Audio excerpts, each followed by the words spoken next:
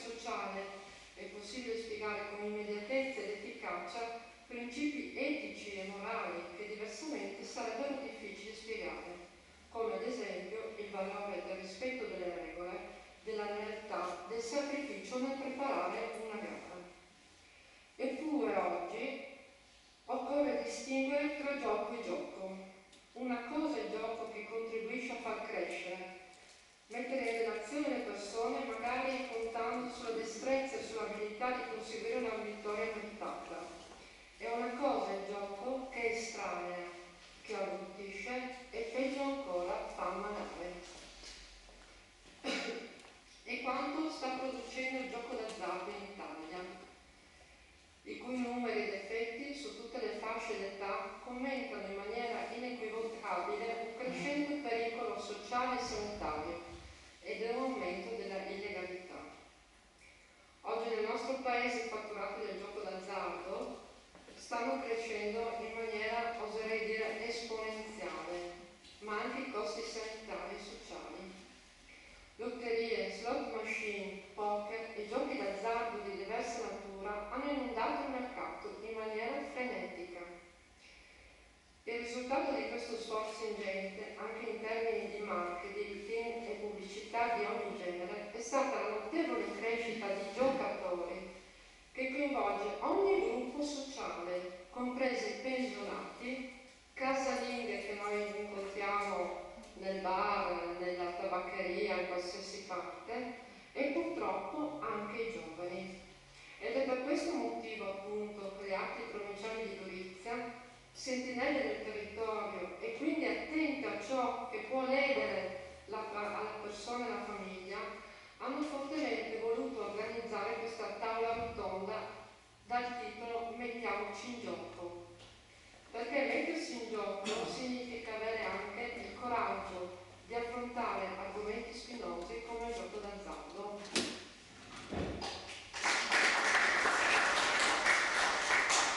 Ringraziamo l'amica Silvia Politi per il suo intervento puntuale e preciso che ha ben centrato le finalità del convegno ed anche in relazione delle arti regionali in seno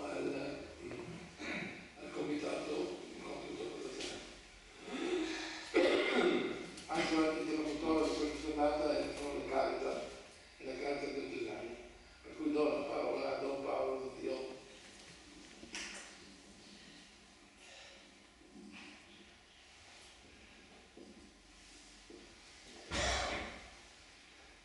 Questa mattina la radio locale mi chiedeva come mai noi della Caritas siamo interessati a questi dibattiti sul gioco d'azzardo, noi che dobbiamo soprattutto occuparci di assistere le persone in difficoltà economica, eccetera.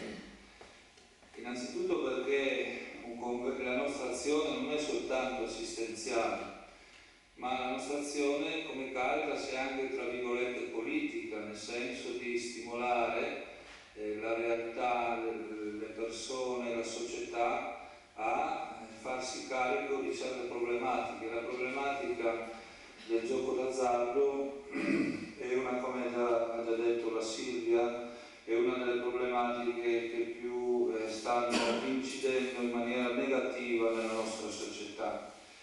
Ecco, la Caritas, non la Caritas di Gorizia, ma la Caritas di Udine, ha fatto già delle ricerche sul gioco d'azzardo insieme alle BCC, proprio per vedere la diffusione del fenomeno e quali sono le incidenze nella società. E questo progetto di lavoro, che è di 3 anni credo, in questo primo anno è stato analizzato la diffusione dei giochi qui nella nostra regione, ed è una cosa spaventosa, in modo particolare Gorizia. Leggevo su Italia Caritas che commentava una ricerca del 2010 che Gorizia è un caso nazionale, almeno nel 2010, non so se le cose sono cambiate, e diceva che Gorizia, dove oltre confine ci sono diversi casinò, la percentuale di giocatori patologici e normali, giovani adulti, è doppia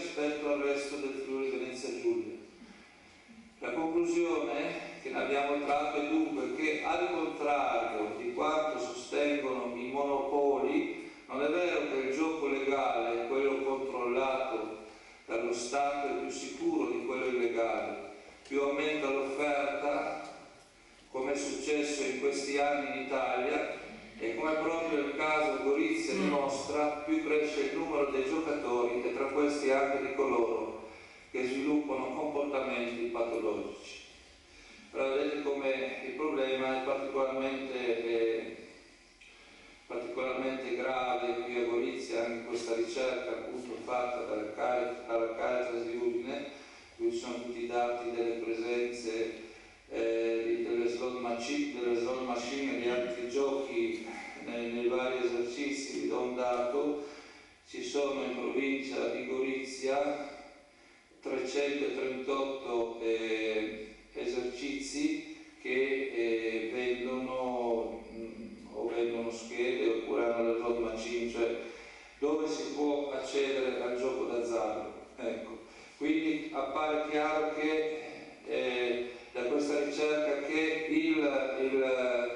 il gioco d'azzardo nella nostra regione oggi è accessibile a tutti, si gioca ovunque ed è facile giocare ed è soprattutto alienante, nel senso che per ritmo e mancanza di relazionalità il giocatore, penso che i relatori che mi seguiranno approfondiranno anche questo aspetto, il giocatore in fin dei conti è solo, in relazione soltanto con la macchina. E quali sono gli obiettivi? Gli obiettivi della ricerca sono essenzialmente di avvicinare ai giochi d'azzardo, di studiare di approfondire i giochi d'azzardo con un approccio sociale, cioè attento ai problemi delle persone, andare oltre i numeri per osservare la realtà. Questo è lo stile della Caritas, cioè capire le storie di vita che stanno dietro a un giocatore, perché uno arriva a giocare, a rovinare la famiglia, eccetera, per il gioco, i percorsi in cui uno arriva al gioco. E in questo è molto interessante, in questo progetto di lavoro che ci sono, il progetto anche di coinvolgere adolescenti e giovani, peer education, cioè i giovani che analizzano altri giovani. Come ha detto anche la Silvia, la percentuale dei giovani è in spaventoso aumento. Ecco, questo è un po' quello che noi cerchiamo di portare avanti come Caritas, e cerchiamo dietro ai numeri di cogliere la realtà delle persone, che sono realtà di sofferenza. Noi incrociamo purtroppo le persone quando sono già a piedi pari dentro al gioco d'azzardo e vengono da noi per chiedere aiuti perché economicamente non ce la fanno. Ed è difficile, soltanto dopo aver fatto un'analisi approfondita dei bilanci familiari, eccetera, riusciamo a capire che il problema è il gioco, perché è molto difficile che queste persone parlino e accettino il fatto che la loro dipendenza è presente, che i loro problemi nascono dal gioco. Ecco, allora io sono contento che ci sia questo convegno per approfondire questa realtà, ecco, che ci sta molto a cuore, perché ci stanno a cuore le persone e la loro libertà.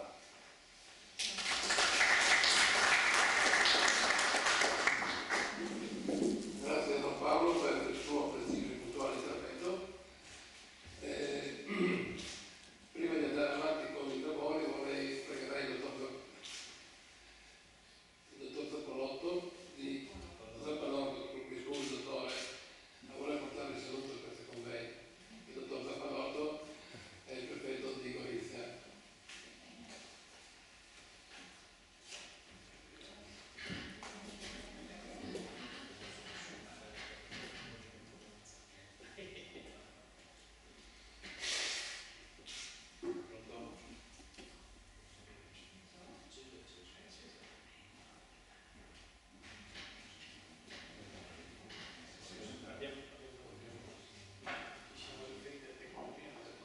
Ecco, adesso ci siamo.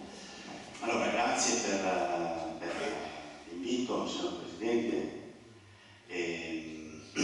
Fa molto piacere essere qui con voi oggi pomeriggio, soprattutto perché si tratta di una tematica, questa del gioco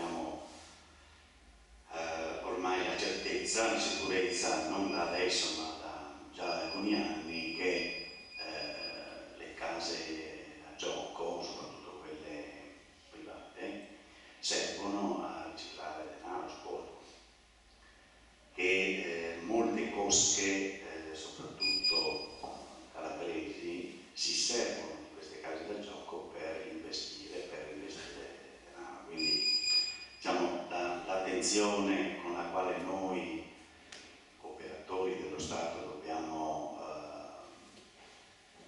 rivolgere a queste tematiche è duplice. Da una parte l'individuo, la famiglia, che bisogna cercare di preservare il più possibile, dall'altra parte c'è questo business, diciamo così, criminale dietro anche alle macchinette, non pensiamo che perché diciamo, siamo in un paesello tranquillo, perché il gestore del bar è una persona per bene, pensiamo che nonostante diciamo, il contesto possa far pensare a tutt'altro, dietro magari non ci sia un'organizzazione che serve anche a scopi meno leciti. Questa è poi l'approccio al problema, diciamo noi lo stiamo prendendo sempre da dietro, cioè quando le cose succedono, quando i danni sono ormai avvenuti, perché quando ci accorgiamo che il ragazzino o anche la persona anziana buttano i soldi su questi imposti, su queste macchinette, chiamiamole così, insomma, il danno ormai è già fatto. Si tratta di correre dietro a un fenomeno che ha già prodotto i suoi effetti negativi. L'azione vera sarebbe quella preventiva. L'azione preventiva però dovrebbe, per essere efficace, come diceva prima la dottoressa, dovrebbe funzionare per prima nello Stato. Come lo Stato è il principale finanziatore di queste macchinette ed è quello che praticamente si prende la percentuale maggiore del gioco, i proventi.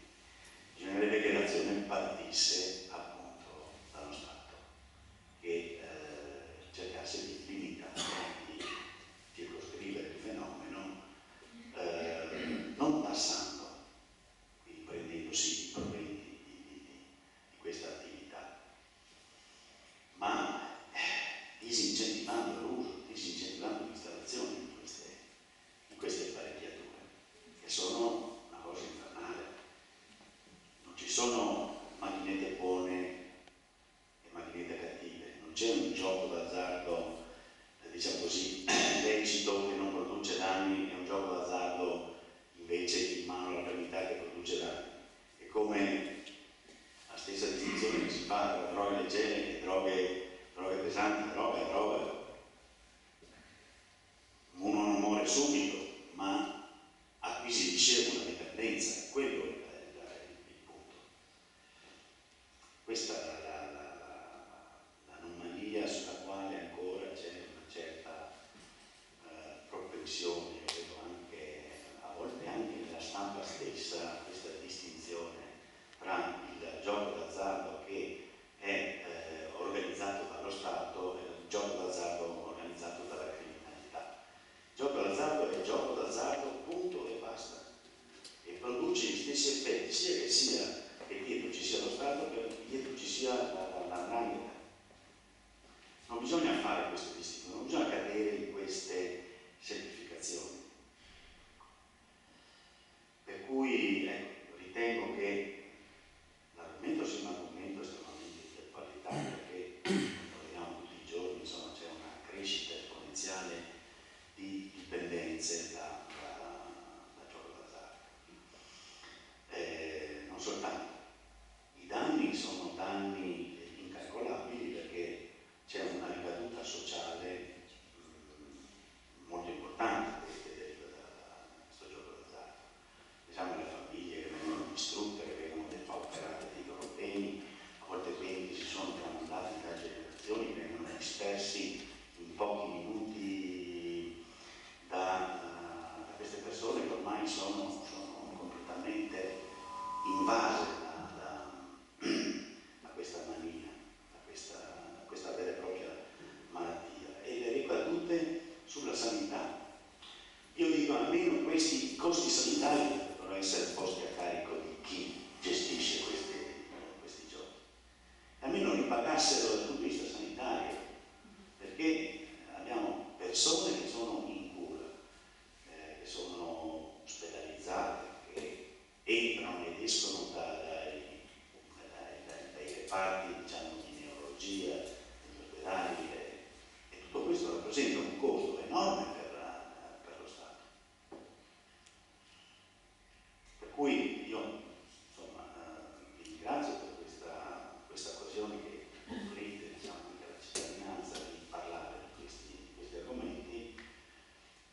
sono importanti e per i quali vi assicuro, insomma, c'è tutta la comprensione, tutta la sensibilità e l'attenzione anche da parte della piccola giustizia. Grazie.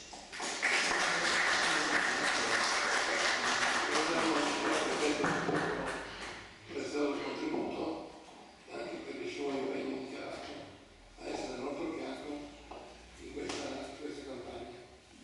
Un minuto solo per dare la parola a Franco Blasini, Presidente del Donale di Reale.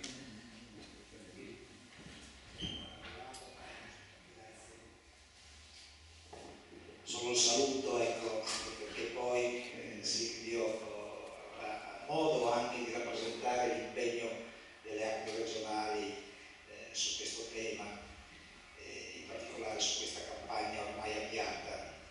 E io mi collego solo a un aspetto: sono molteplici le motivazioni che portano un'organizzazione come la nostra a farsi parte insieme ad altre, no, di questa campagna. Ci tengo solo a sottolinearne una, ecco, che si lega molto al tema della prevenzione.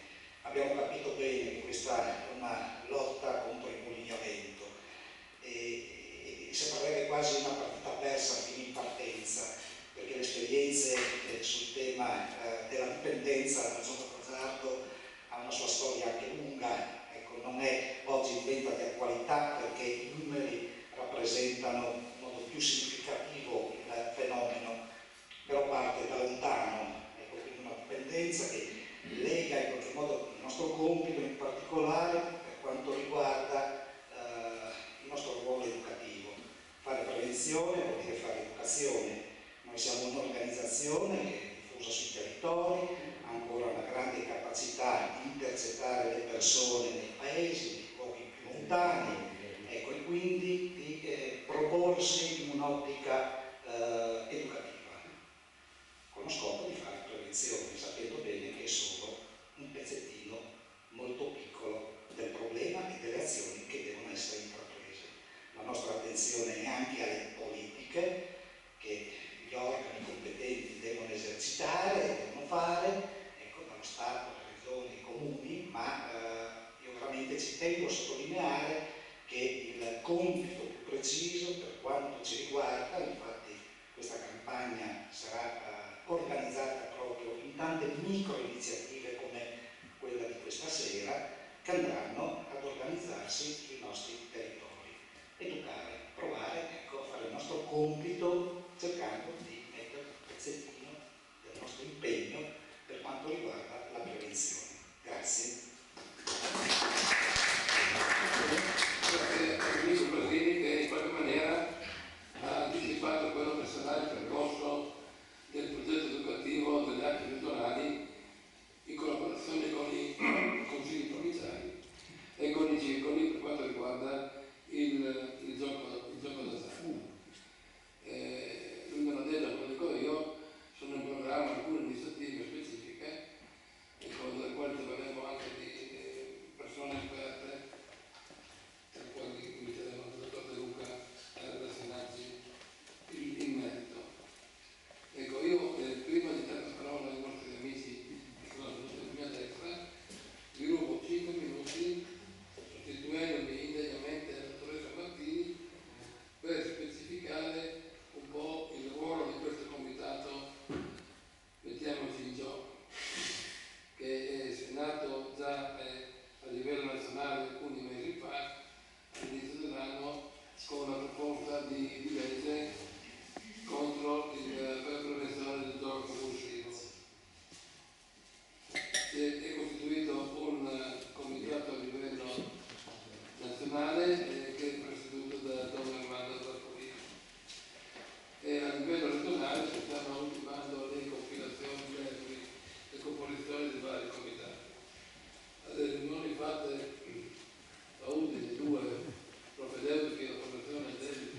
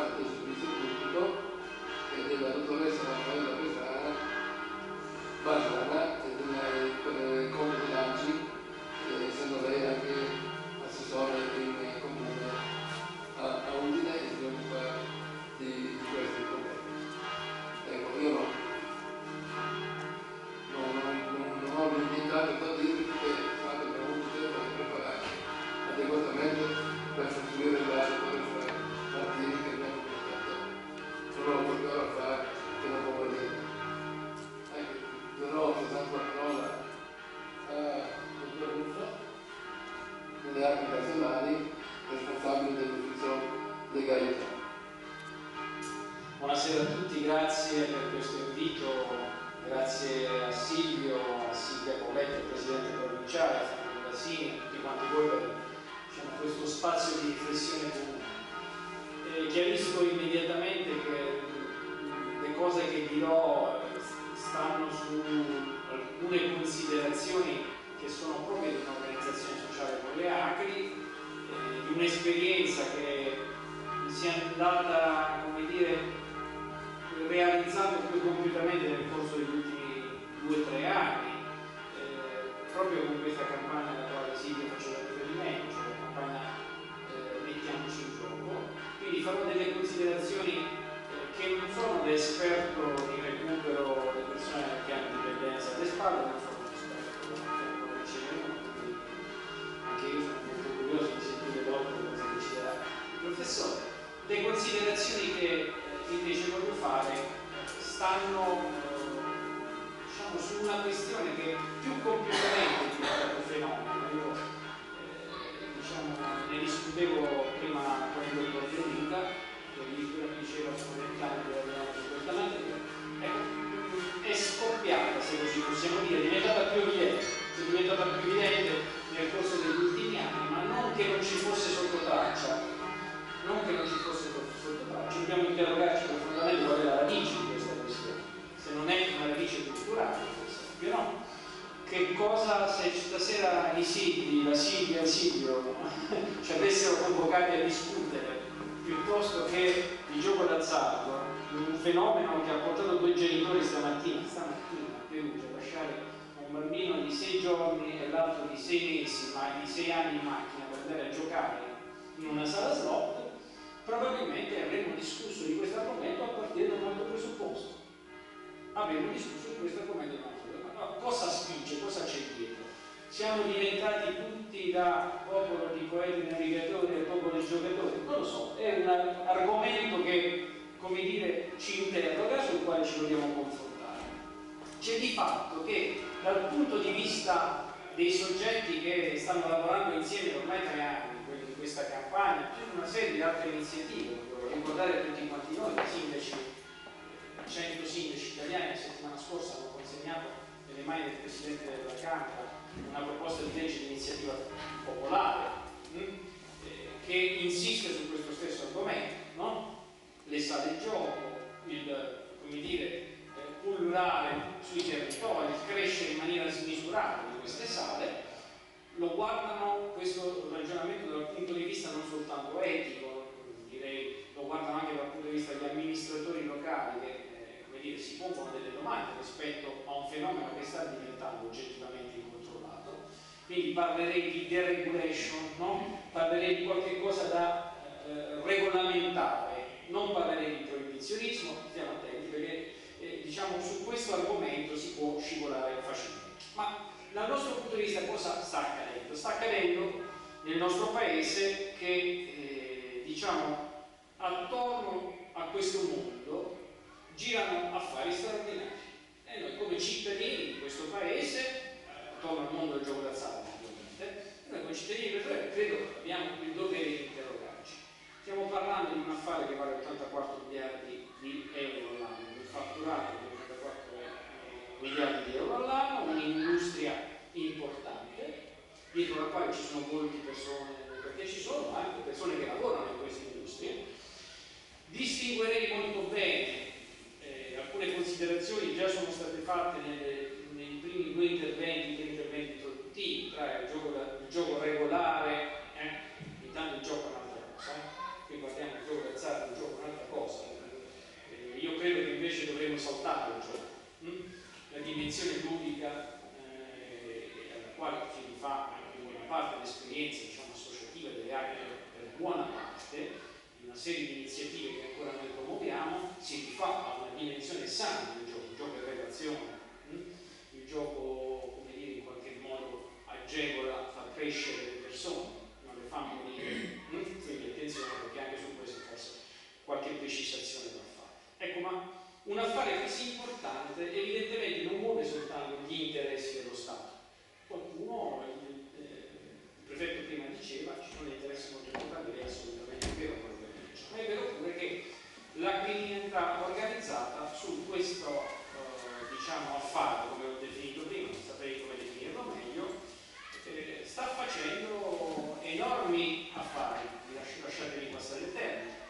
il giro, diciamo, importante di risorse che muove il mercato, tra virgolette, non ufficiale, quello clandestino, quello che è nelle mani delle mafie, e non soltanto della mafia calabrese, ma ci sono altre forme di delinquenza organizzata che, come sapete, arrivano sempre prima dello Stato, arrivano sempre dove ci sono i soldi, arrivano prima le mafie, poi arriva lo Stato, poi arrivano tutti quanti. Bene, da questo punto di vista si stima che circa 10 miliardi all'anno di quello che si muove in slot machine e quant'altro, gratta e vinci, questo mondo, diciamo, che noi diciamo della scommessa facile, dietro il quale c'è probabilmente anche una radice culturale sulla quale dobbiamo discutere. Se noi in questo contesto di più, io alle 8 di sera spieghiamo agli italiani che per diventare ricchi basta scambiare pacchi, se questa è la cultura prevalente, scusate signori, interroghiamoci su a quale paese stiamo pensando, perché questo è il tema di fondo, non so se mi spiego. Quindi, dicevo, un interesse molto molto diffuso anche da parte della malavita organizzata che naturalmente ricicla nello scopo, dietro queste cose, fa tutte quelle operazioni che diversamente non si potrebbero fare. Ecco, quindi stiamo discutendo di qualche cosa che riguarda non soltanto il gioco promosso dallo Stato, ma anche quello promosso appunto dalla malavita organizzata. Mi sembra di poter dire con assoluta certezza un fenomeno, se così lo posso definire, trasversale, riguarda tutte le fasce sociali.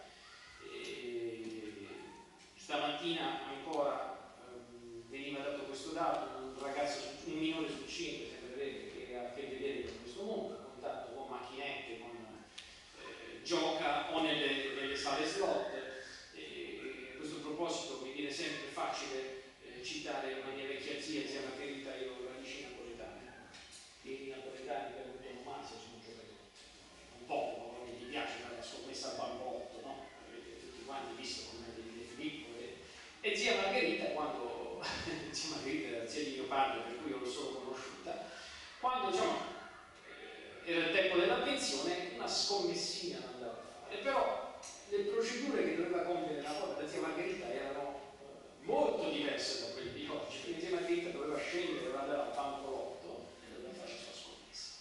Oggi non è più così, oggi si può scommettere non solo nelle sale, diciamo, slot, ma si può scommettere comodamente da casa, con telefonino, si può scommettere con computer, insomma, le modalità sono assolutamente cambiate.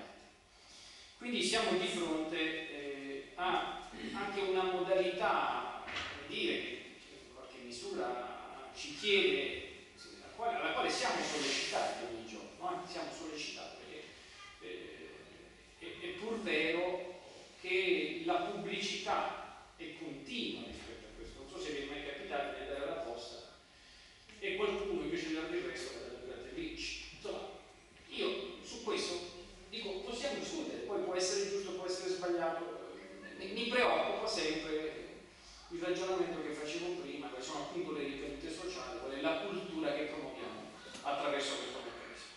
Quindi dicevo, questo è un fenomeno che va conosciuto meglio, dobbiamo conoscerlo meglio anche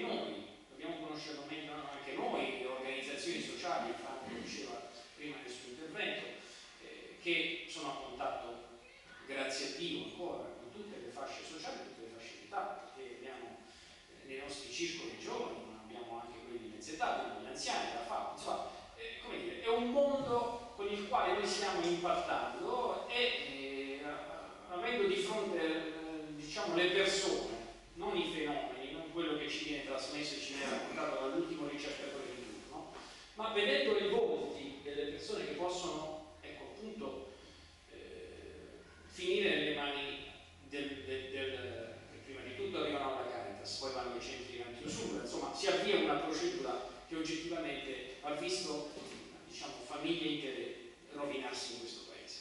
Sapete che si considera tra i 700 milioni di persone in Italia che soffrono di una patologia del gioco d'azzardo. Sembrerebbe addirittura che 17 milioni di italiani almeno una volta nell'anno hanno avuto un contatto con questo meccanismo, mentre 2 milioni sarebbero i soggetti che sono a rischio di diventare giocatori patologici. Insomma, questi sono i numeri, queste cifre, uno poi può dire quello che vuole, ma fanno riflettere. Io non credo che oggettivamente 40 anni fa il Paese si trovasse di fronte a un fenomeno così diffuso. Oggi stiamo discutendo di qualche cosa appunto che ci porta a lasciare i bambini in macchina, che ci porta a compiere atti inconsueti. Ecco, sapete di persone che a causa poi del gioco d'azzardo hanno perso il lavoro, c'è tutta una procedura che riporta, diciamo, situazioni di disperazione. Questo è l'argomento che secondo me dobbiamo avere bene presente. Cosa è successo e che cosa probabilmente andava saputo meglio nel corso degli anni? C'è stata una legislazione dal punto di vista, diciamo, del gioco d'azzardo nel nostro paese che, seppure ha tentato nel corso degli ultimi 10 anni di regolamentare il fenomeno, non ce l'ha fatta. Un dato oggettivo, non ci sono rappresentanti di partito, per cui sono anche più tranquillo nel dire. Noi abbiamo presentato al Senato un anno e mezzo fa un dossier con il quale abbiamo dimostrato che tutte le forze politiche presenti in Parlamento, tutte le forze politiche, quindi il bipartisan, non si offende nessuno, siamo in campagna elettorale, non sia mai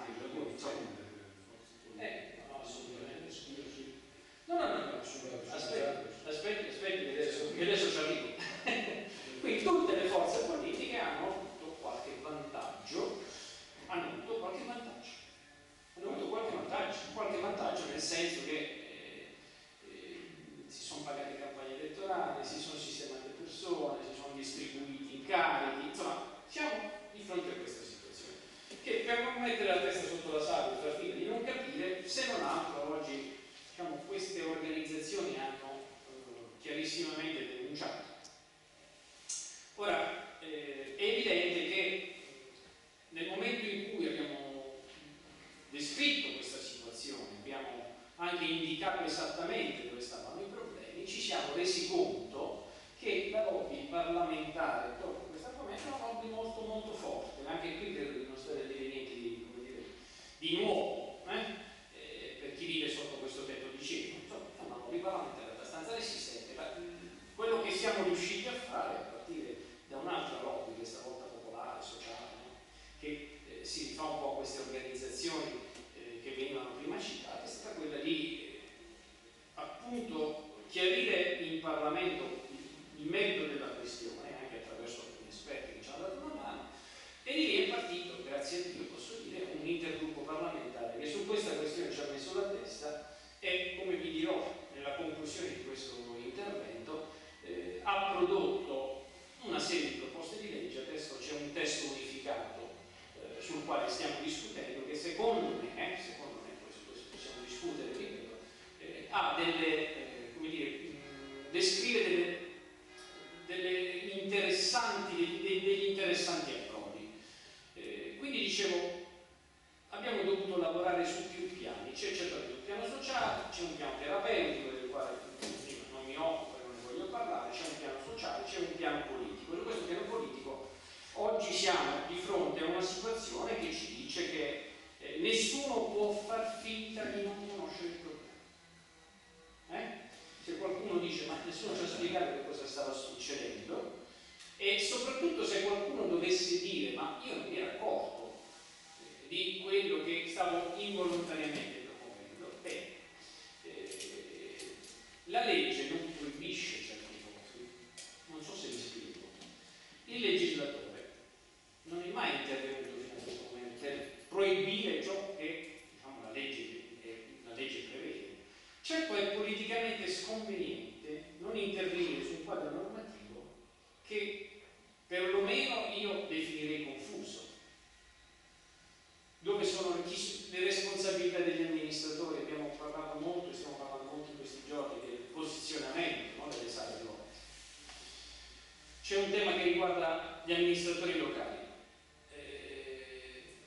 Abbiamo per un certo periodo della vita politica italiana discusso molto della, diciamo, importanza che i governi territoriali dovevano avere proprio perché situati più vicini ai cittadini, no?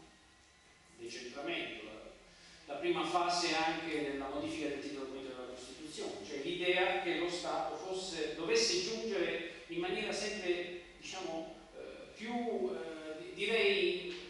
dovesse giungere dove i cittadini hanno un problema, dove vivono la situazione. Beh, io credo che dal punto di vista di problemi come questi, le amministrazioni territoriali dovrebbero avere più possibilità di agire. Oggi un amministratore locale, mi dispiace che non ce ne sia in questa sala stasera, ma un sindaco non ha poteri straordinari rispetto a questo. Cioè, se non cambia la normativa nazionale, nessuno può dire dove deve essere situata, tanto per intenderci, una sala slotta, quanti metri da una parrocchia e quanti metri da una scuola. Vi spiego.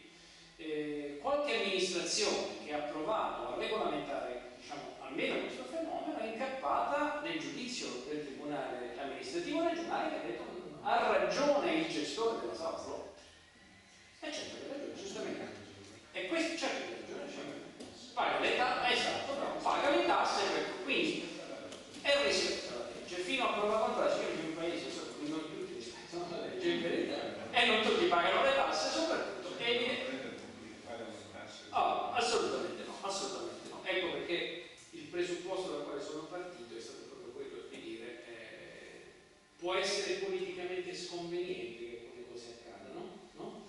Perché se non cambia il quadro normativo mi sembra che siano garantiti quelli che dicono io rispetto alla legge pago le tasse e quindi io la svolto, la metto dove dico io e la metto nel bar, vendo il gratta e vinci alle poste, faccio tutto quello che devo fare, ma questo credo sia assolutamente diciamo legittimo.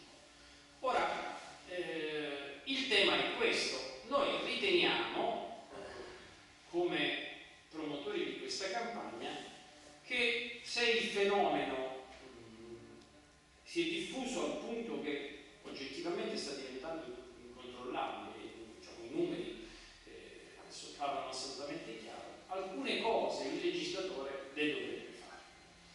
Il disegno di legge che diciamo, ha unificato, è un testo unificato della Commissione Affari Sociali della Camera, considera, secondo noi, da questo punto di vista è assolutamente un passo avanti.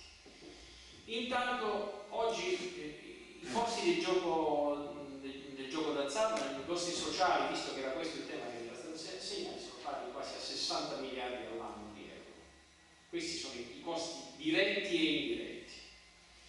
I costi diretti sono quelli di persone che dovrebbero curarsi, perché una volta che viene riconosciuta questa patologia del gioco d'azzardo, non ludopatia come qualcuno l'ha definito, in maniera sbagliata, perché non stiamo parlando di ludopatia, stiamo parlando di una patologia vera e propria, sarebbe giusto, sarebbe opportuno, perché in alcuni casi siamo di fronte a persone assolutamente disperate, che questi possano in qualche modo essere curati.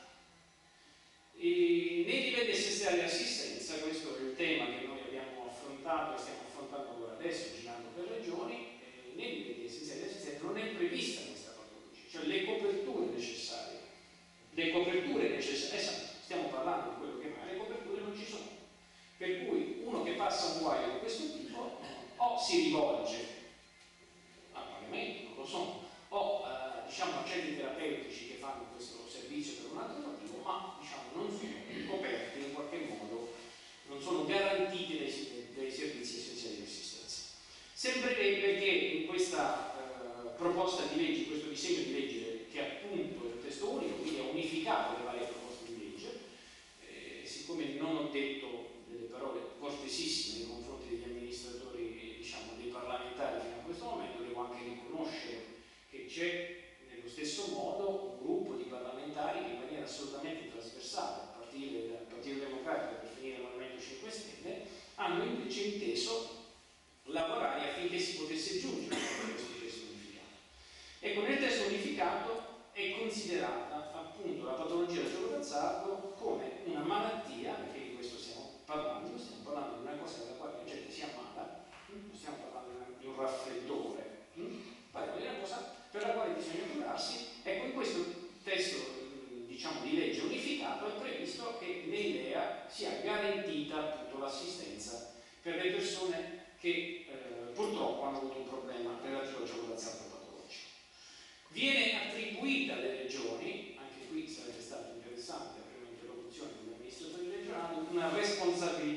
precisa rispetto al gioco d'azzardo patologico, saranno loro sostanzialmente a gestirla attraverso i DEA.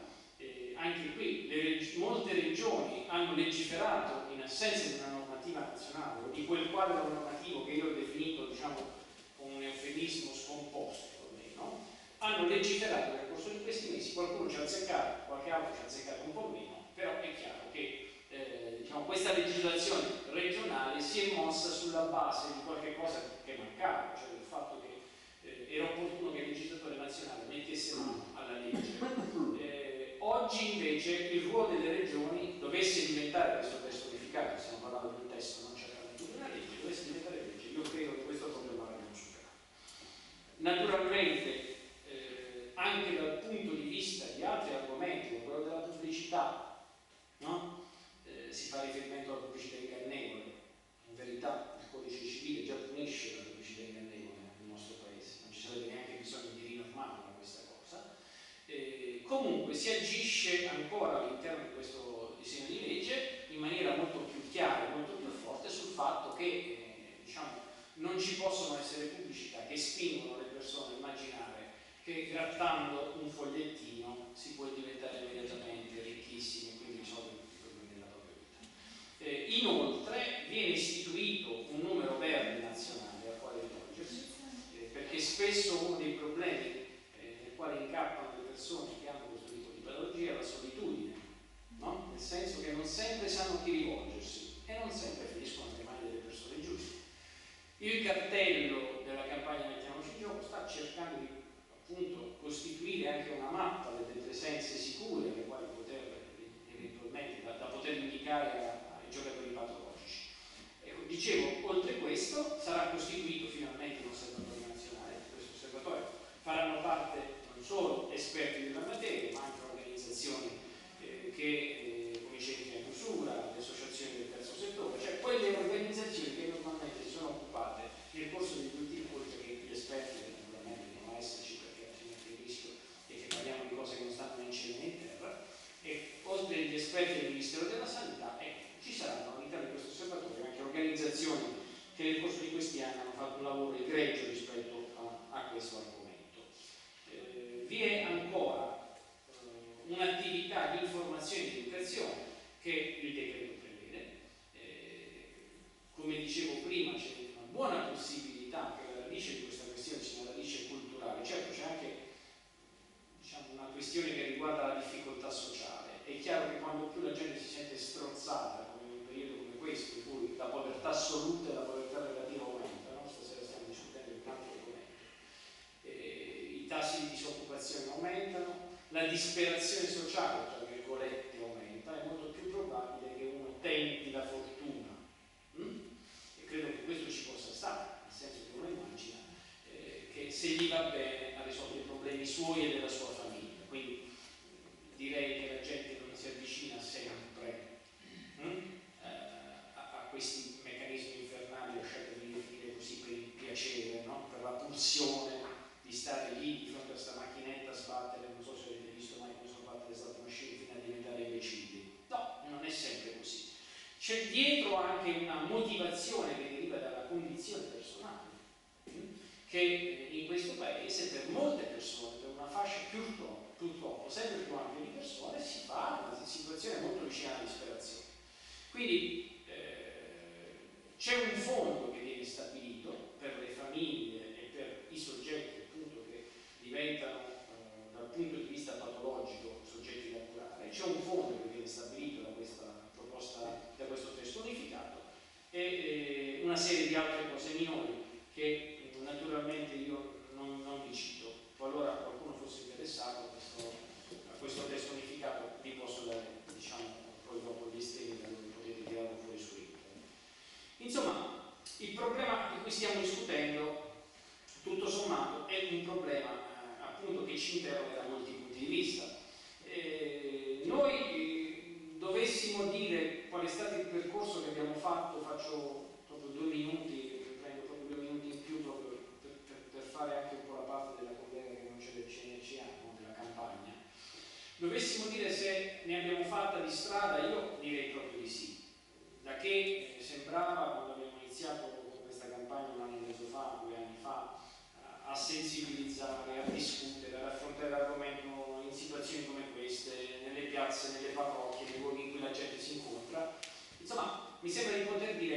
dei passi avanti sono stati fatti e sono anche abbastanza importanti. La prospettiva è certamente quella di riconsegnare, ecco, attraverso la legge, agli amministratori locali un potere effettivo, perché noi riteniamo che essendo quello il luogo nel quale normalmente si incontrano i giocatori, sono le amministrazioni comunali, soprattutto quelle regionali, che devono poter regolamentare il fenomeno avendo del potere. All'interno di questo testo unificato si stabiliscono anche distanze differenti, insomma si stabiliscono una serie di regole che sono non cruciali ma importanti, perché è ovvio che stamattina ero a Verona, mi raccontavano che ci sono ragazzi che finiscono, hanno magari una pausa di un quarto d'ora a scuola, vedono la sala di fronte, magari si vanno a fare la giocatina, insomma, anche quello diciamo in qualche modo è importante, ma non è solo quello.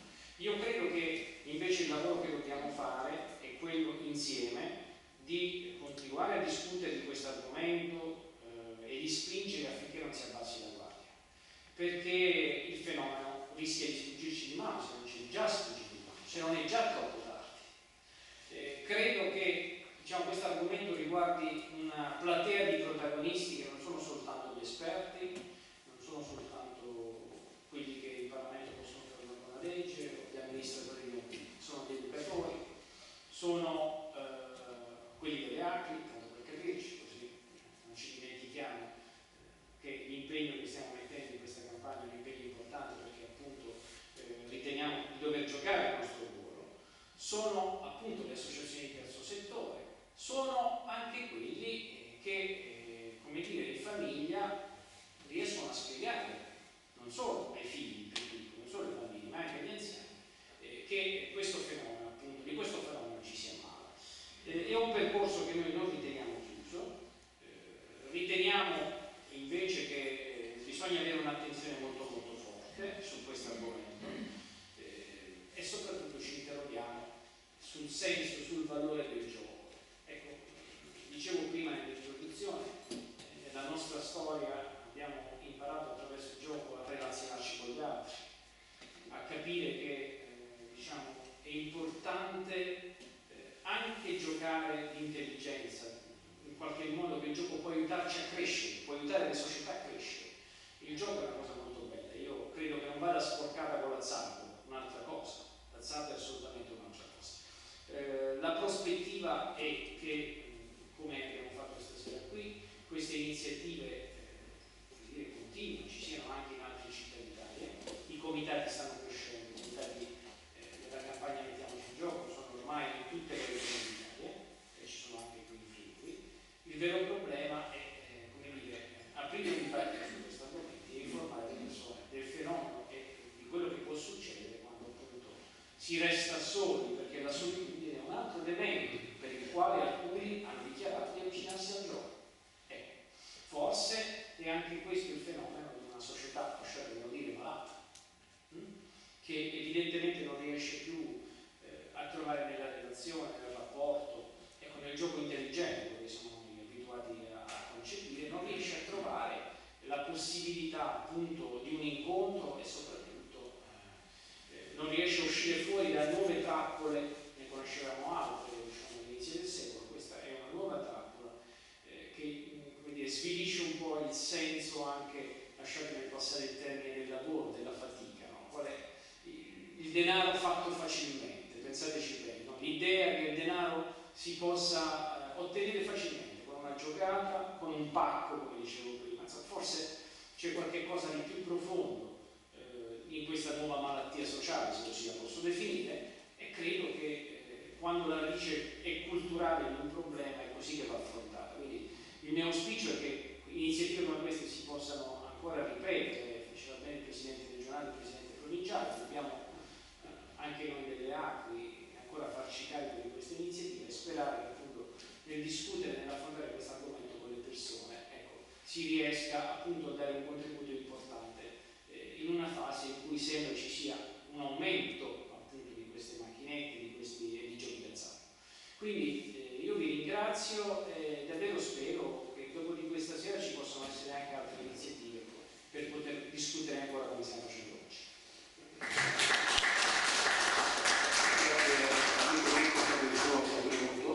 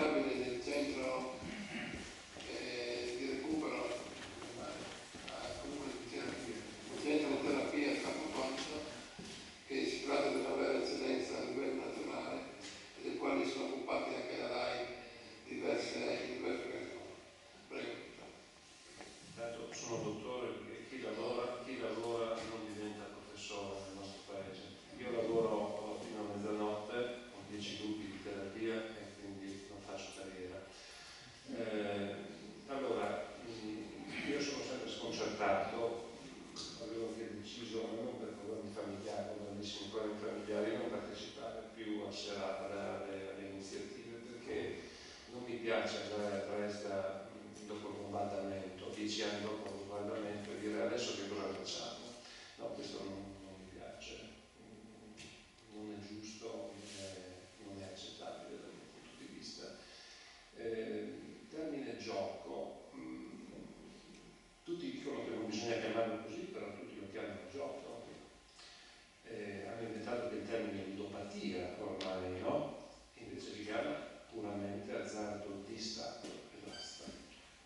Vado veramente a ruota libera, perché anche un po' mi lascio prendere, ma vi dico una cosa, proprio in questa sede esprimo delle posizioni degasperiane, credo delle persone che hanno una certa età, e quando vorrei che quello che sto dicendo voi mi arrogo questa così autorità di dire lo esprimo in modo degasperiano, perché spesso gli estremisti stanno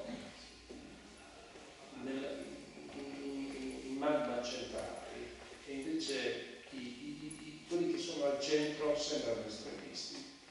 Allora, ripeto, io mi ho iniziato a occuparmi nel 1993, nel 2000 a Capoformio è stato fatto il primo convegno nazionale sul videopoker. Prima che il bingo arrivasse in Italia hanno fatto un convegno nazionale, e non sto qui a farvi perdere il tempo, perché avrei delle considerazioni enormi da fare. Non siamo in ritardo, la guerra è già persa, purtroppo lo dico. Io sono figlio di un uomo della Resistenza, sono molto legato con gli ideali, e mi piace dire che i miei sono gruppi di resistenza, io sono gruppi terapeutici, per si intende, con chiarezza. Mi piace anche dire questo, ma oggi dire che si può fare qualcosa su questo fenomeno, lasciatemelo dire, non voglio offendere nessuno, ma credo che ci sia molto fuori strada. Capisco anche la chiarezza e anche l'onestà di chi lo fa, ma siamo completamente fuori strada. Siamo fuori strada perché io sono abituato a parlare chiaro, perché non si può intervenire con 15 anni di ritardo. No, voi non mi bruciate il paese, voi non mi tirate giù le case, voi non mi portate i figli in campo di sterminio e poi mi venite a dire che adesso ne possiamo discutere. No, ne discutiamo molto prima, grazie. Adesso è troppo tardi. Allora, il problema drammatico, quale lo dico con la morte nel cuore, mi dispiace che il prefetto non ci sia, avrebbe dovuto sentire queste cose, è che qui se arrivavano a Gorizia nel nord-est 40 anni fa, proprio in Gratta e Vinci, le persone chiamavano i carabinieri. È vero, a Napoli c'è il gioco del lotto, sì, ma era anche un'altra cosa. Adesso se arrivano chiamano la banda comunale. Qual è il dramma? È che tutto questo non è stato fatto dai narcotrafficanti, ma è stato fatto dallo Stato, dalle istituzioni che io difendo.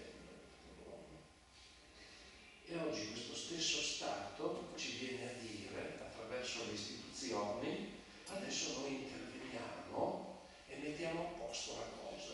È assurdo. Sarebbe come pensare che i narcotrafficanti ci portano la cocaina e poi ci dicono adesso apriamo le comunità terapeutiche. Cosa direste voi che sono matti, no? Ma nessuno dice, o meglio, tutti dicono che c'è la contraddizione, ma vanno dritti su questo. E quindi a gestire tutto questo, sapete chi saranno? Saranno i SER, saranno le comunità che prendono i soldi dallo Stato, quindi c'è come? In modo inconcludente, perché chiaramente i narcotrafficanti fanno i loro interessi e lo Stato fa i suoi, che non sono in questo caso quelli di difendere chi è stato gabbato e chi è stato rovinato, ma sono quelli di difendere i 12 miliardi che entrano. Se qualcuno ha un'altra lettura, me la dia per cortesia. È chiaro? È chiaro? I narcotrafficanti sono molto, ma molto più onesti dello Stato, lo dico con la morte nel cuore, perché almeno quelli non si occupano poi del recupero. Al di là del fatto che lo Stato non spende un centesimo in recupero in questo momento, un centesimo, tutte balle. Quindi noi continuiamo a raccontarci balle. Allora, io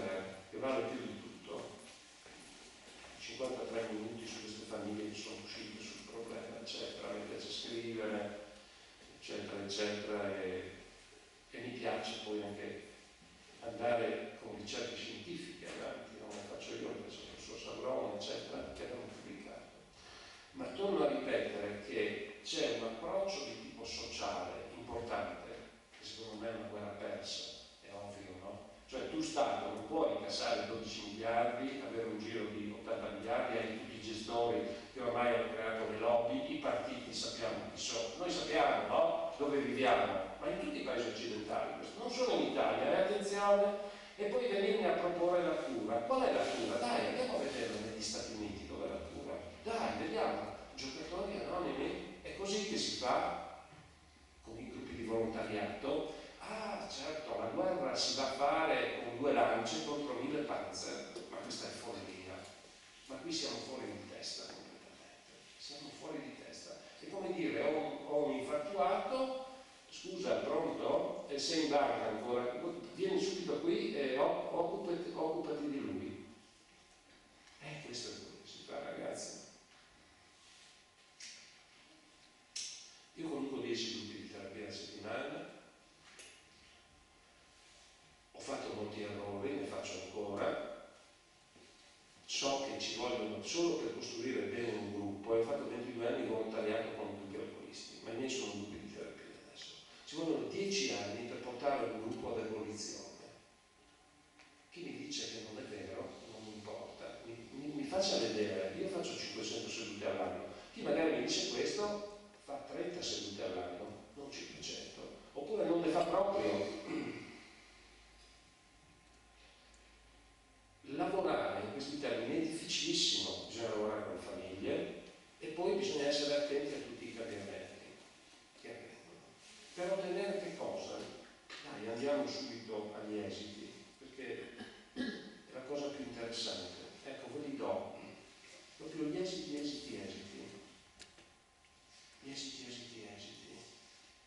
quelli importanti. Percentuale di abbandono, 4%.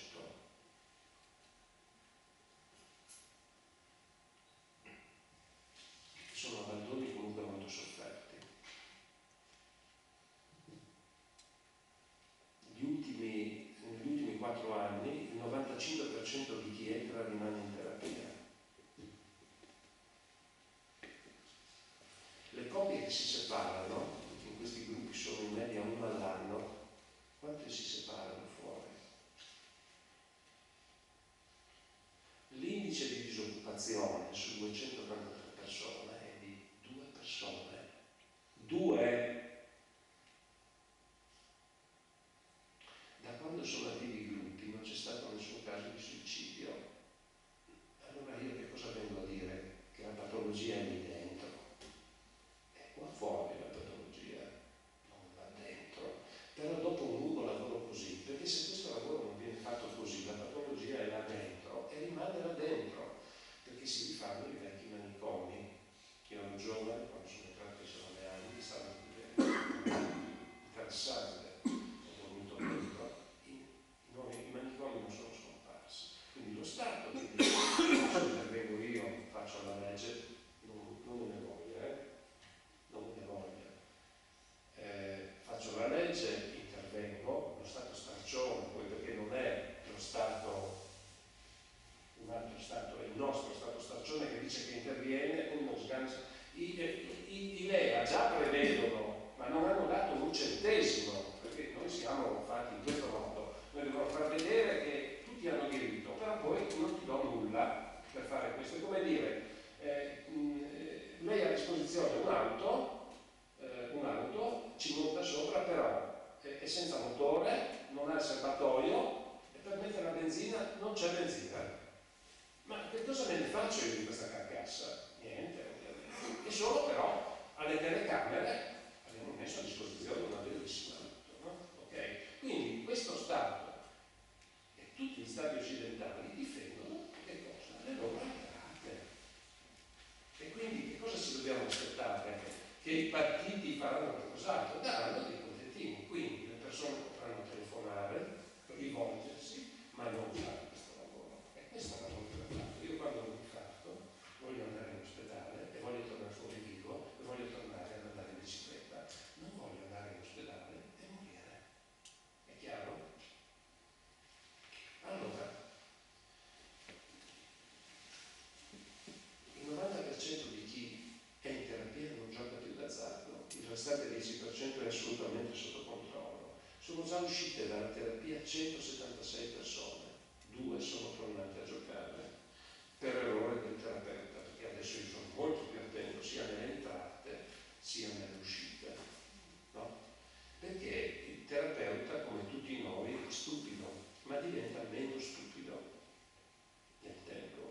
Come tutti, bisognerebbe che le persone andassero nei cantieri a vedere che cos'è un lavoro. Nel cantiere edilizio si litiga, però alla fine si fa un lavoro, magari contestato, eccetera. Si riesce. La stessa cosa è lavorare, no? Lavorare in terapia è la stessa cosa, non è una cosa semplice, è una cosa estremamente complessa per ottenere questi esiti. Purtroppo noi siamo convinti che, fatto l'intervento legislativo, andremo a fare tutto questo. Vale. Io so già che questo qui, che non faremo nulla, allora vi dico una cosa: quando nel 93, nel senso che la legge verrà approvata e entreranno nei LEA, le persone avranno il numero verde e andranno a fare la richiesta e verranno accolti. In Spagna hanno diritto a 9 sedute, in Italia ne avranno 20, ma poi il problema non è un errore gravissimo, e lo dico subito qual è pensare che sia il giocatore a telefonare. Non è vero niente. Io ho visto 1500 famiglie nella mia piccola esperienza, non so chi in Italia ha questa esperienza, però, e chi comunica di più. Non è mai successo che un giocatore, innanzitutto è un giocatore a 30 che chiede aiuto, e anche quello che ha chiesto aiuto non è mai entrato in terapia, sono tutte bande, perché chi ha una dipendenza non viene a chiedere aiuto, e se lo fa non ti viene. Allora devi costruirlo sul familiare tutto questo, ed è un lavoro enorme. Quindi o tu hai dei gruppi attrezzati, organizzati, delle vere falangi, oppure tu non fai niente. Per costruire tutto questo ci vogliono anni e anni e anni.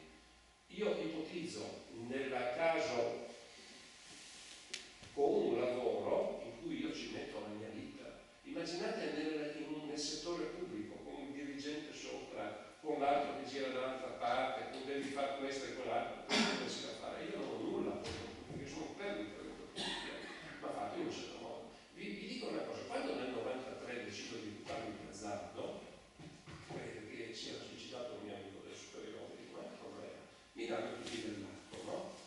Adesso che dico non mi occupo più di azzardo, mi dicono matto lo stesso. Ma dicevano, questo ha 10 minuti di terapia, lo conoscono in tutta Italia, ha pubblicato sull'azzardo e dice che non si occupa di azzardo. Allora ho detto ai gruppi, scusate, nel 93 ero morto, adesso di cosa parliamo nei gruppi? Di azzardo? No, mai non si parla di azzardo. L'azzardo è la prima frase, no? E basta. No, però Campoformio viene visto come un posto dove si parla di azzardo. No, in un gruppo io lavoro sul passaggio generazionale d'azienda. Allora, in questo gruppo cosa succede? Arrivano degli imprenditori, house fashion, con le aziende ormai, no? Che erano più in Slovenia che di qua, no? Attraverso un percorso terapeutico, insomma, non c'è nessuno sotto i ponti a Campoformio. L'altra bella cosa interessante, sono sotto i ponti. Capisco che si può lavorare poi sull'azienda, l'azienda torna, perché questi hanno buone qualità. Se noi togliamo l'azzardo, l'azienda torna ad andare, e dopo si torna il problema del passaggio ai figli. Allora lavoriamo su questo, ed è incredibile quello che viene fatto: passaggio aziendale ai figli, perché il passaggio aziendale è una delle cose più difficili che ci siano, da 100 in prima generazione a 5 in terza. Oddio. E qual è il trucco?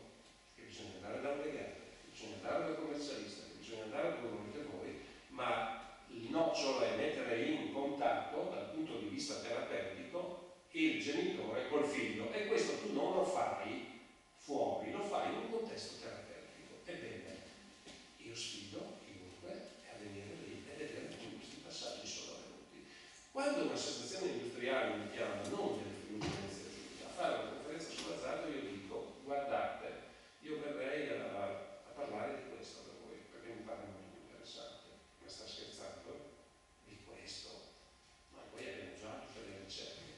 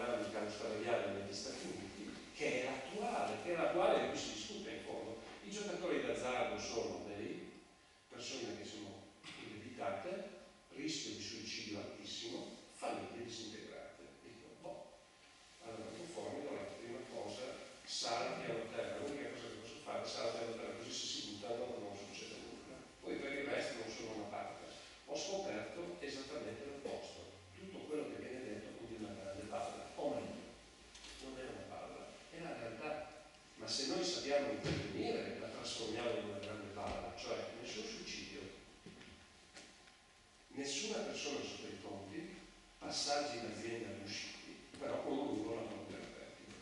Allora è ovvio che di questi 11 miliardi che lo Stato investe, che lo Stato prende, dovrebbe spenderne 11 per fare tutto questo. Per fare tutto questo, ma lo Stato non lo farà mai, perché i narcotrafficanti non guadagnano col traffico di cocaina 11 miliardi e poi li reinvestono per far sì che quelli che hanno questo problema tornino ad avere il loro, o addirittura anzi i danni sociali sono superiori. Quindi le favole non mi piacciono, non mi piacciono. Chiedo scusa perché lei ha sentito solo l'ultima mia parte, dovrebbe essere sconcertato, mi sa se non ha sentito il resto, perché io sono un difensore dello Stato, figlio di un uomo che ha fatto la resistenza, arrivato con gli ideali, però ribadisco il concetto, qui non si può, questo è azzardare più, e lo ribadisco il concetto, anche che non più chiudere molto tempo, anzi chiudiamo, che è questo, non possiamo raccontarci balle, cioè io credo che se i narcotrafficanti domani vengono a proporre di gestire le comunità terapeutiche, su tutti i giornali del mondo si scatena una campagna incredibile ed interviene l'esercito. Quello che viene fatto negli stati occidentali, e lo dico con la morte nel cuore, e nel nostro paese è esattamente questo. Quello che produce il problema è che lo ha prodotto, perché questo problema non esisteva prima, era qualcosa che riguardava lo 0,01% della popolazione, adesso riguarda, è massificato questo problema. E chi ha fatto questo? Nel 94 si è deciso in qualche modo di allargarlo ed è diventata una dipendenza perfetta senza uso di sostanze. Allora, oggi la stessa entità, che significa tutto e niente, vuole gestire, è impossibile, non si può nello stesso tempo ammazzare il figlio e poi, dopo averlo ammazzato, risuscitarlo. Ancora non è possibile. E quindi bisogna accettare questo. Dopodiché, questa è la mia considerazione dopo 20 anni di lavoro, proprio come degasperiano lo ribadisco, degasperiano. Mi costa molto dire questa parola, mi costa tantissimo, ma come degasperiano dico questo. E il concetto lo ribadisco, fare terapia è una cosa di una complessità incredibile per ottenere questi esiti. Avevo detto, proiettate 0 per è esaustivo, vale più del mio intervento e di tutti gli altri. Magari lo proietterete in qualche serata, io ve lo lascio, prima ve lo vedete, no? Conservo il protezione stasera. Ma questo è il dramma. E vi dico un'altra cosa, con molta chiarezza, vorrei che rimanesse questo, perché ci sono amici che ogni tanto mi dicono: ma Rolando, non puoi dire queste cose. Io dico: no, dico come ti dico, perché è giusto esprimere quello che ormai in 20 anni si è capito, almeno qui dove ho capito qualcosa, non ho capito niente sul resto, ma almeno qui dove penso di aver capito qualcosa, mi perdono di più di quelli che si sono avvicinati da un anno o due. E con 10 gruppi, io lavoro fino a mezzanotte per gruppi di terapia, non fino a mezzanotte. Non si può fare i gruppi alle 11 di mattina, perché poi quello che verrà detto è questo, se si faranno, o 10 sedute, non serve a niente, non serve un piffero, non serve a nulla, non serve. Allora, torno e dico, attenzione, rischiamo di essere e siamo complici di tutto questo. Le regioni e gli amministratori locali si mettano una mano non si può essere schizofrenici, tu appartieni allo stesso partito di là e qui chiedi un'altra cosa, ma siamo impazziti. Tant'è che io ho detto, la legge regionale, ma scherziamo? Le slot machine, e mi assumo la responsabilità, e non sto scherzando, vanno messe nelle scuole materne, non a 500 metri, perché se tu fai la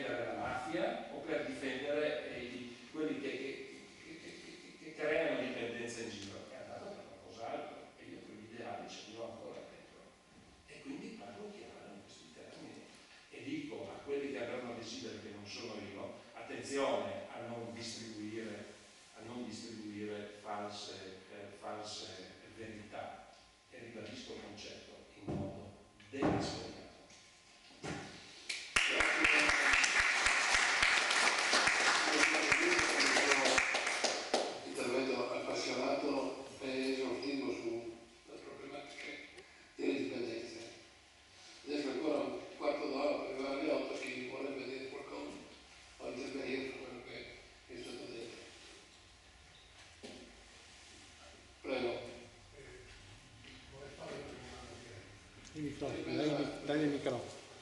Prima si sente. Barbiero presente anche capisco, ma questo è indifferente, tanto meno diretta. E io dico a un certo punto l'importante non è il gioco che ho fatto, ma il rapporto tra genitore e figlio. Quindi la società, cioè il gioco d'azzardo sembra quasi che sia solo il risultato di altri passaggi.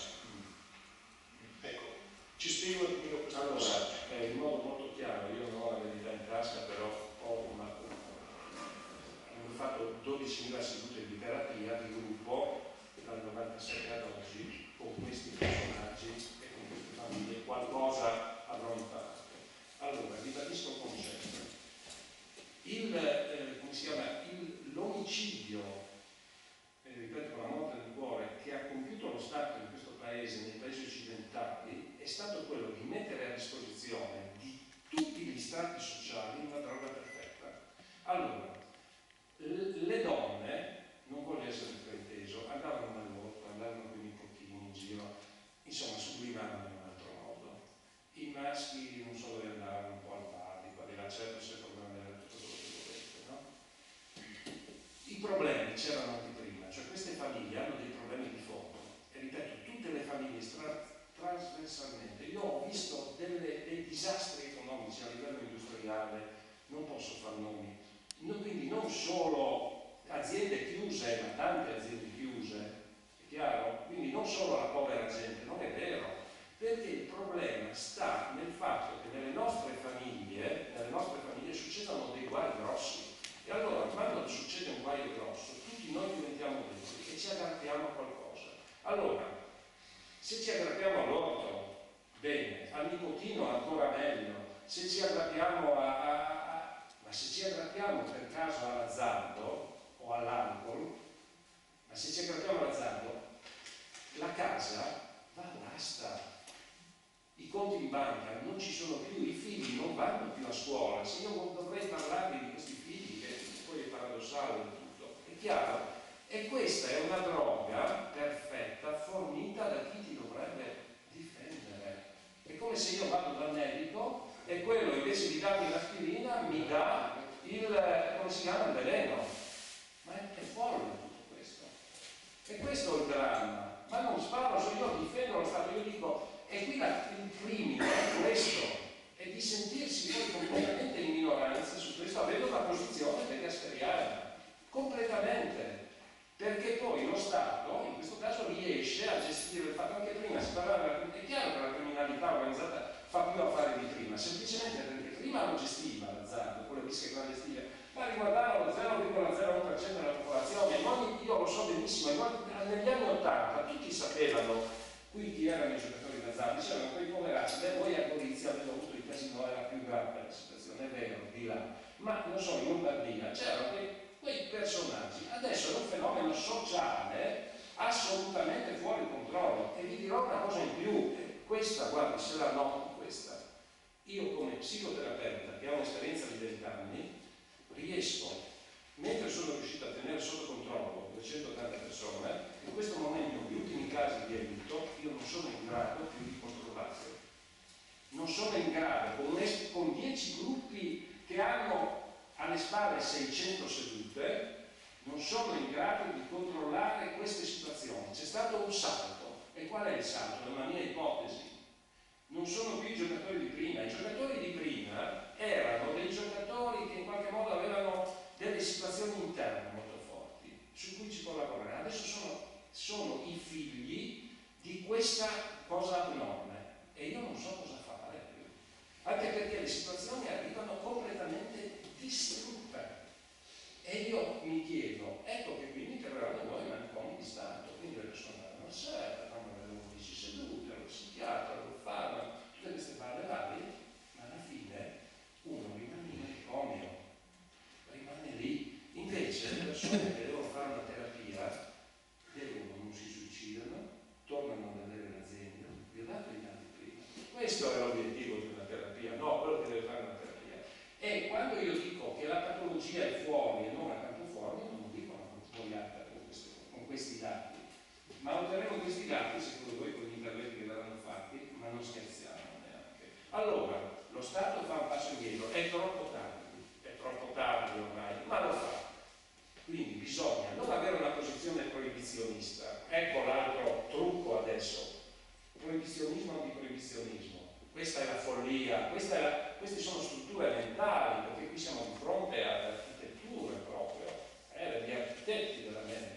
no? Ah, ecco il proibizionista, no.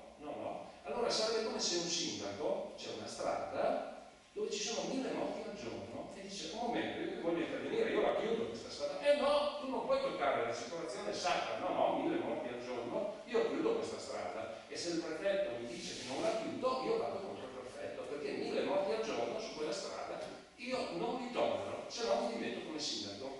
Ok? È chiaro? Quindi adesso lo Stato, dopo aver fatto, quindi l'istituzione, dopo aver distrutto tutto il paese dal punto di vista quindi colonizzato tutto a livello online anche, e poi ci dice: ma i giovani giocano. Certo, se io ho lo smartphone e dentro posso giocare, gioco, no? Azzardo, è ovvio, no?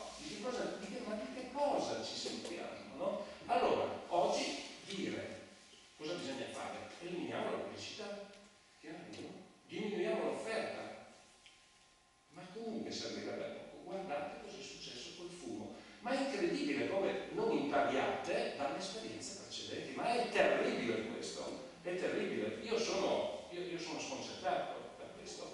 Col fumo cosa è successo? Quanti anni è che ormai c'è un proibizionismo? Per cui guai se tu fumi in un locale pubblico. Ed è stata l'unica cosa sì che è stato grande di questo, che ha fatto diminuire. Quella sì, non si fuma nei locali pubblici. Tutte le campagne di prevenzione non sono servite a niente, non uso un terminaccio, a niente. Oggi come oggi, i giovani fumano più di 20 anni fa. Ci sono ancora 9 milioni di fumatori, tutti sanno che cosa provoca il cannabis, che cosa provoca il fumo, cioè 70.000 morti all'anno, 70.000 morti all'anno, tutti lo sanno. Quindi cosa vuol dire? Che l'informazione e la prevenzione non servono a niente se noi abbiamo colonizzato il territorio per 100 anni, come col fumo. Quindi per venirne a capo ci vorranno 40-50 anni, ma di politiche dure. In questo momento politiche dure, ma non staremo mica scherzando. Io credo che siamo di fronte alla... Mi fermo perché sennò il gasperiano poi fa anche dentro. E quindi sa, fare il gasperiano e andare dentro. Se qualcun altro vuole intervenire, certo. Se qualcun altro che vuol dire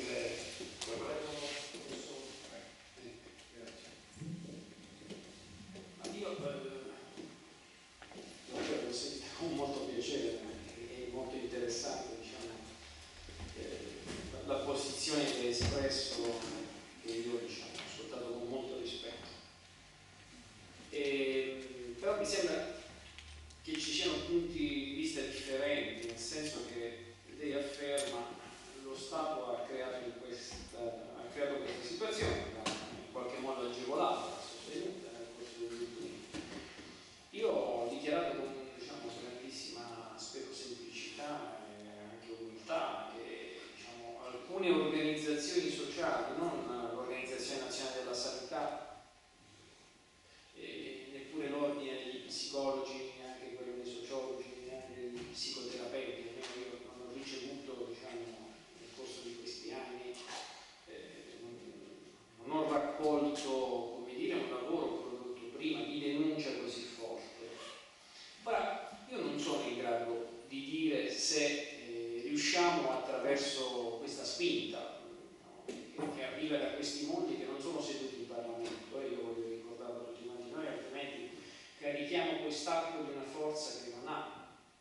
La democrazia funziona così, c'è chi ha il potere di legiferare e c'è chi dovrebbe avere i poteri di controllare, e ci sono questi corpi intermedi che si definiscono organizzazioni della società civile organizzata, che spingono affinché di fronte ad alcuni fenomeni qualcuno possa prendere coscienza. Capisco la profondità del ragionamento che lei poneva, ha alzato l'ultimo dei problemi, una società tra virgolette malata che andrebbe curata per tutta una serie di altre cose. E giustamente ci ha detto la modalità attraverso la quale la psicoterapia può aiutare a uscire fuori. Però io oggi rappresento a questo tavolo altre organizzazioni, un altro mondo che si è fatto carico di denunciare. Io non credo di aver trovato molte distanze, seppur con molto rispetto per le cose che lei ha detto, su alcuni punti della sua relazione. Primo, guardi, se non ci riusciamo con questa legge, con quello che è uscita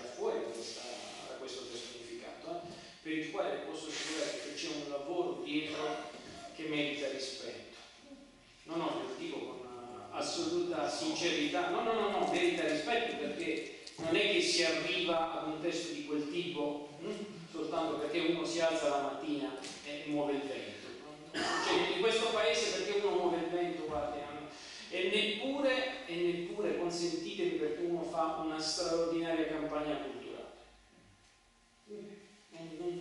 Non si muovono le cose, si muovono se dei gruppi di pressione, delle norme, al pari di quelle che abbiamo trovato in Parlamento, al pari di quelle che abbiamo trovato in Parlamento. Perché se questo problema ha una radice vecchia di 20 anni, se qualcuno l'avesse denunciato 20 anni fa, io lo dico, probabilmente voi l'avete fatto, se non avete avuto la forza perché qualcosa cambiasse.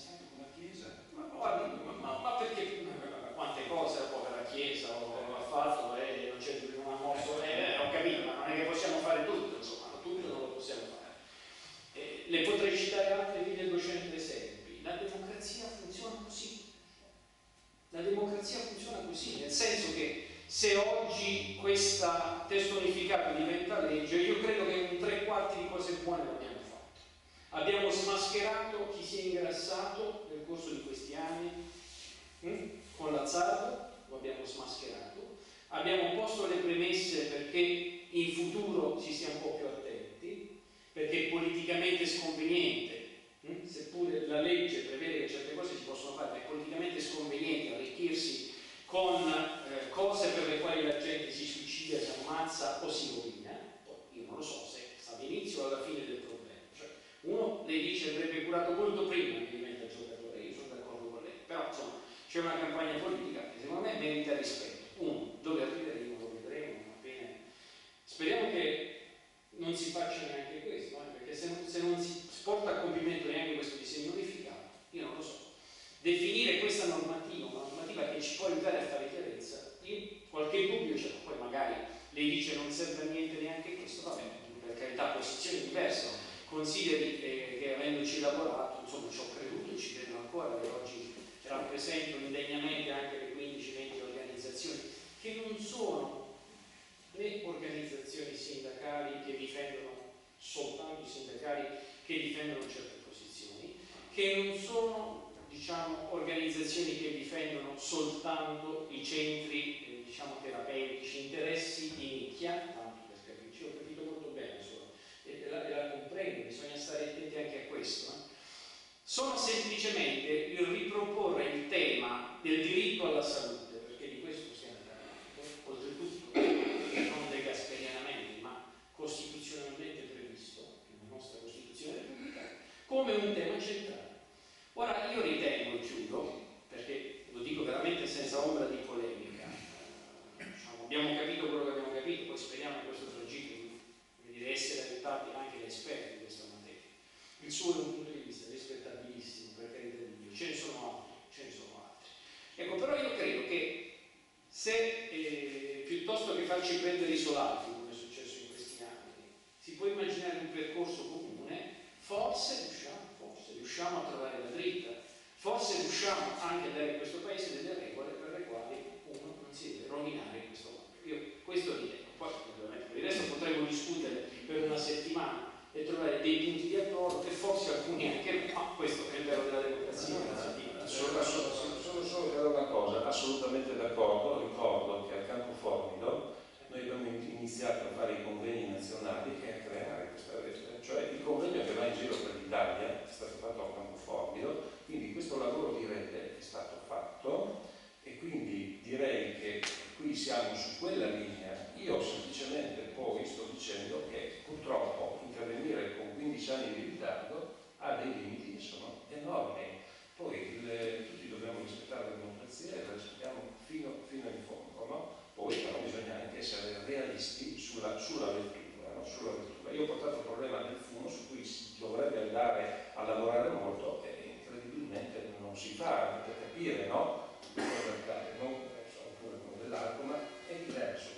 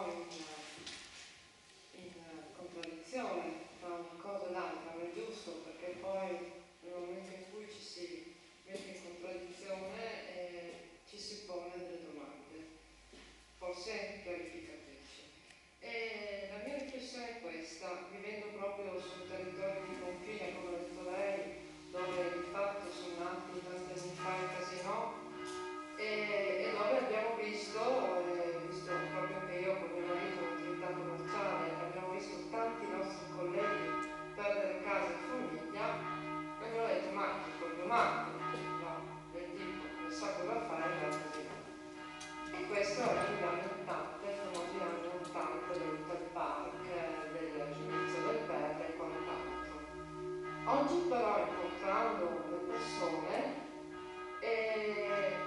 io posso dirle che c'è chi proprio in riferimento alla difficoltà economica e di trovare lavoro spera nella fortuna, nel poter vincere. E queste sono le due fotografie. C'è una terza però che mi sconvolge: il nonno che per il compleanno acquista 10 gratta e vinci per il nipotino. Riesce a darmi una risposta a questo? È talmente chiara, lei guarda che io sono stato a fare delle relazioni anche di là e conosco la situazione molto bene, no? E mi piace questo tipo di casino, lo dico con chiarezza perché rispetto a questo disastro che c'è qui, i casino sono un altro, e io non difendo il casino, minimamente, ma almeno tu mostri la carta d'identità per entrare, cioè poi bisogna passare il confine, quello non c'era, però c'era qualcosa da fare, adesso non serve nulla. Ma perché il nonno? Perché è cambiato culturalmente? Ma se io come Stato incentivo gli sport pericolosi e dico che fare sport pericolosi è bello e che ti do 5.000 euro, ti prometto non so che cosa, gli sport pericolosi, quelli estremi, quanti li fanno? Li fanno 1, 2, 3 paesi, li conosciamo tutti, ma nel momento in cui incentiviamo e diciamo dappertutto che bisogna farli, che va bene alla salute, che non so che cosa inventiamo, non sono più 2, ma saranno 50, 100, 200, con il risultato che chiaramente poi abbiamo a che fare con dei disastri. E tutto lì è un problema di offerta, è drammatico, così come l'aspetto terapeutico è un problema di offerta. Vi faccio un esempio: nei 2 bar che sono vicini al centro non ci sono le macchinette, perché il giorno in cui l'ho messo io ho detto guardi, lei può mettere le macchinette, scherzando, ma a questo punto perde invece il tanti clienti alla settimana, la tira via subito. Bisogna avere un potere per fare queste cose, non strozzate, ok? Allora, è chiaro il concetto? Bisogna avere il potere. Allora, noi abbiamo fatto l'alleanza con le Caritas, con la Consulta Nazionale di Chiusura nel 2000, stiamo parlando, con la Chiesa, perché abbiamo pensato che fosse questo. Se poi gli esiti sono questi, vanno bene, chiaramente. Io faccio l'avvocato del diavolo soltanto per far capire certi meccanismi, per far andare via. Quando faccio gli interventi io, che non li faccio, perché tutti vanno via un po' sconcertati, dicono è un po' matto, però poi si fanno delle domande, perché chiaramente non sto dicendo delle stupidaggini, però so benissimo che hanno detto delle sciocchezze, no? Ecco, questo è il problema. Quindi bisogna intervenire in modo forte, no? Tutto qui. E io mi auguro che loro ce la facciano. Ho dei forti dubbi perché ricevo la proposta del Partito Socialista Italiano e ho risposto, ma Cristo, è inutile che veniate a farla adesso come socialisti che non contate come il 2DP, che dovevate farla quando contavate. È chiaro il concetto? No, non si può più tollerare questo. E non vado avanti perché sennò dico delle stupidaggini, no? È chiaro, è troppo facile quando poi si scompare o si ha l'opposizione dire poi, oppure l'ho detto agli amministratori regionali, ma scusate, chi è al governo? Siete voi, quindi da qui andate là no, cosa EMA? È chiaro il concetto? Cioè se io sono nello stesso partito e sono convinto di questa cosa, vado lì e ti dico basta. E perché non si fa? Perché è talmente chiaro. Abbiamo una volta relazione, lo possiamo dimostrare perché non si fa, però non possiamo neanche smettere. Assolutamente no, magari figuriamoci. Allora, per concludere, scusa un attimo, Convinto che deve continuare. scusa un attimo, Antonella Berti, che è responsabile della pastorato familiare. Ma non veniva un po' la cena anche all'ultimo che abbiamo fatto.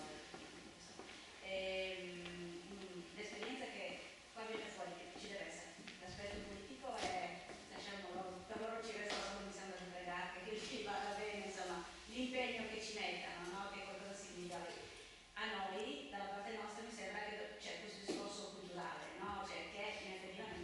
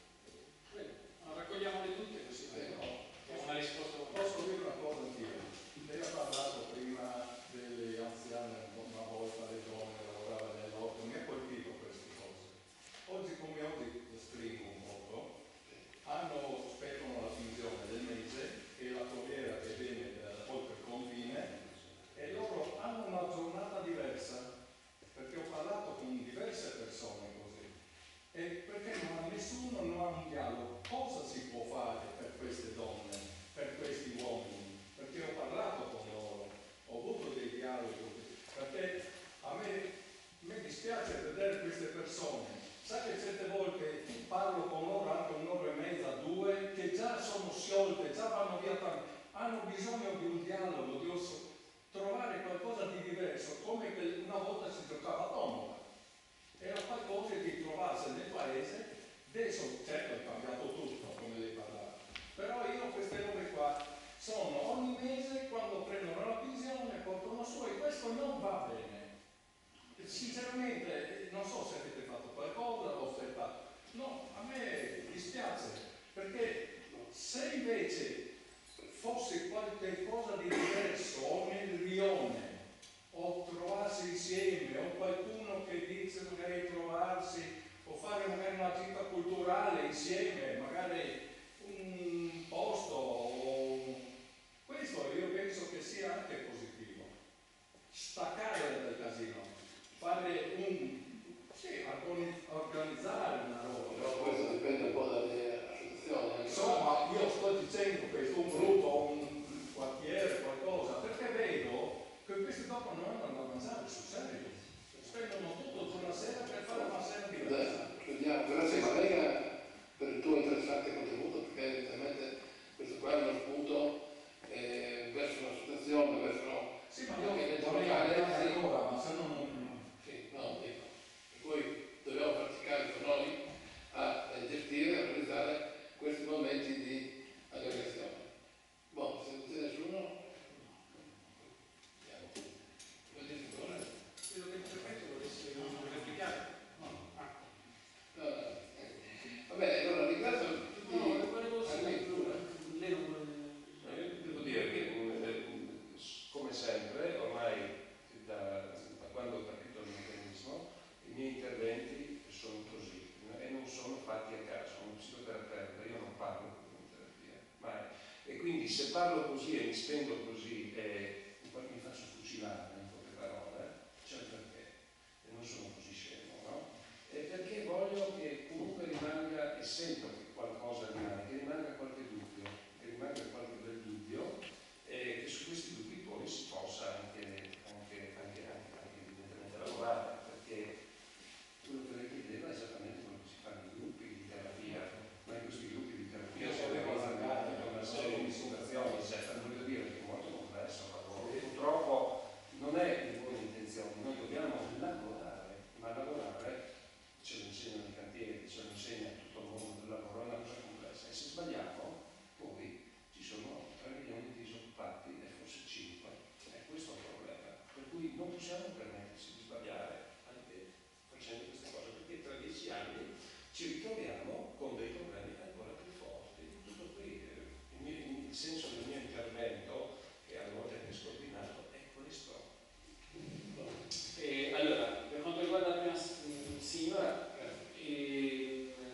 la campagna Slot Mob è una campagna alla quale abbiamo aderito perché insomma, da quando il problema si è palesato, diciamo così, perché stasera avete sentito che ce ne siamo accorti 20 anni fa addirittura, no? Anche se i numeri probabilmente non erano questi, sono venuti fuori una serie di organizzazioni, alcune hanno aderito a questa campagna più grande che, consentitemi di dire, ha agito su più piani, anche su quello politico, perché poi se non abbiamo un quadro normativo nuovo, secondo me facciamo molto poco, nel senso che rischiamo di ritrovarci fra 10 anni, per chi ci sarà, a discutere delle stesse cose con fenomeni peggiorati evidentemente. Quindi un approccio, diciamo, molteplice, non solo di tipo sociale, non solo di accoglienza, ma anche politico, per cercare appunto di ragionare con quelli che la situazione possono cambiare dal punto di vista legislativo. Insieme a questo poi c'è stato un altro gruppo di organizzazioni che ha originato questa campagna Slot Mob, ce n'è ancora un'altra molto importante che è quella dei alla quale facevo riferimento prima io, che appunto, non so se lei c'era prima, ha consegnato al Presidente della Camera oltre 75.000 firme, una proposta di legge di iniziativa popolare nella quale appunto tentavano di dire dateci qualche potere in più perché poi sul territorio i problemi li gestiamo noi, per cui almeno metteteci nella condizione di lavorare. Io credo che tutti quelli che si muovono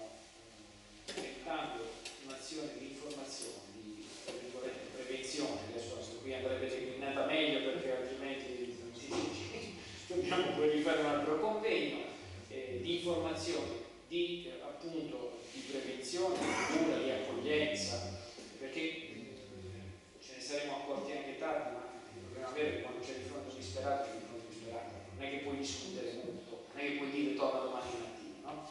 E quando purtroppo rovinano le famiglie insieme alle persone, insomma i problemi diventano ancora più complessi. Però mi sembra che chi si muove in questa direzione non stia facendo male. Poi è chiaro che si può sempre fare meglio, aiutiamoci, perché i mezzi che abbiamo a disposizione sono questi.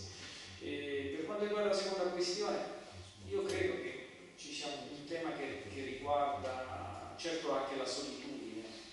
Alcuni giocatori, almeno di quelli che ho intercettato io, hanno dichiarato: io sento una fortissima solitudine, e tutto sommato stare lì di fronte, soprattutto con le videolotterie, con quelle che sono anche fatte in modo che le giocate aumentino, che uno non possa nell'arco di una giornata giocare più volte, insomma i colori, è tutto studiato, nulla è lasciato al caso, e qua hanno dichiarato appunto che la solitudine è un problema.